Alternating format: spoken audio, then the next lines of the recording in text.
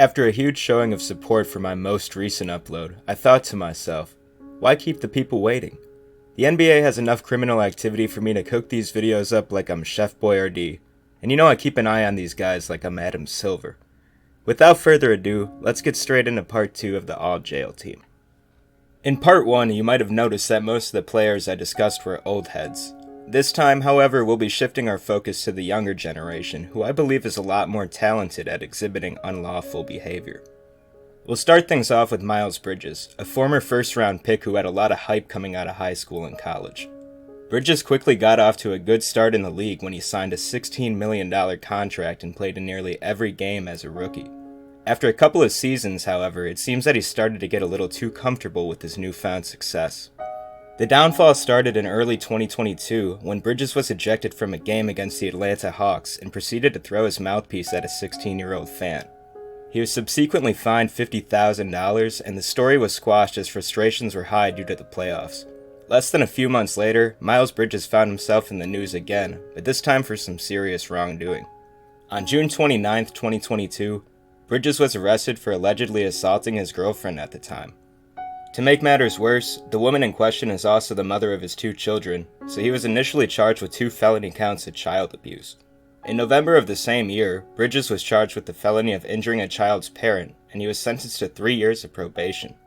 The child abuse charges were dropped, but Miles had to undergo 1 year of domestic abuse counseling, parenting classes, and community service. Next up is perhaps one of the greatest downfalls of the modern era. A greater bag fumble than Dennis Schroeder turning down $80 million in exchange for $8 million. Kevin Porter Jr. was a rising star, but unfortunately even a rising star can go pure supernova and blow up on their girlfriend. On September 11, 2023, Porter Jr. was arrested for assaulting Kaiser Gundrezic, who currently plays for the Chicago Sky. When the news broke, prosecutors claimed Porter struck Kaiser at a hotel and left her covered in blood with a cut above her right eye. Eventually, Kaiser herself came out and refuted the harshness of the allegations, but the damage had already been done to Porter's career.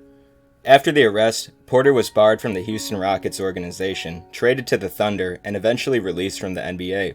In January of 2024, he accepted a plea deal with the NYPD and was charged with misdemeanor reckless assault. He currently plays in the Greek Basket League. Moving on, we have Montrezl Harrell, who most recently played for the Philadelphia 76ers. On May 12, 2022, Harrell was pulled over in Kentucky for tailgating, and officers smelled marijuana. Upon further inspection, officers found 3 pounds of vacuum-sealed marijuana in the back of the car and arrested him on felony drug trafficking charges.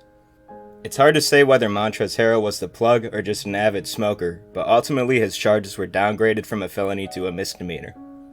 As of today, he no longer plays for an NBA team. He tore his ACL in 2023, which led to him being waived and never picked up again. One should wonder if his previous actions had any say in his current free agency. Jaxson Hayes is the next to make the team, a promising young star that also has his fair share of disciplinary issues.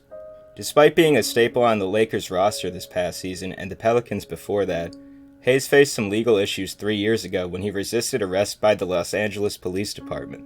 Hayes was allegedly in a domestic dispute with his girlfriend when officers had to call for assistance. Hayes shoved an officer into a wall before being tased and then taken into custody. Ultimately, Jaxson Hayes was charged with 12 misdemeanor counts stemming from this altercation, including domestic violence and battery against a police officer. He ended up being sentenced to 3 years of probation, 450 hours of community service, and 1 year of weekly domestic violence classes. The last player to make the team in Part 2 was once a dominant point guard and second overall pick who eventually took the coaching route. Despite being a staple in NBA circles, Jason Kidd has gotten into a few incidents in the past. The first instance was in 2001 when Jason was arrested for hitting his ex-wife. He pleaded guilty to spousal abuse but only ended up paying a fine in the end.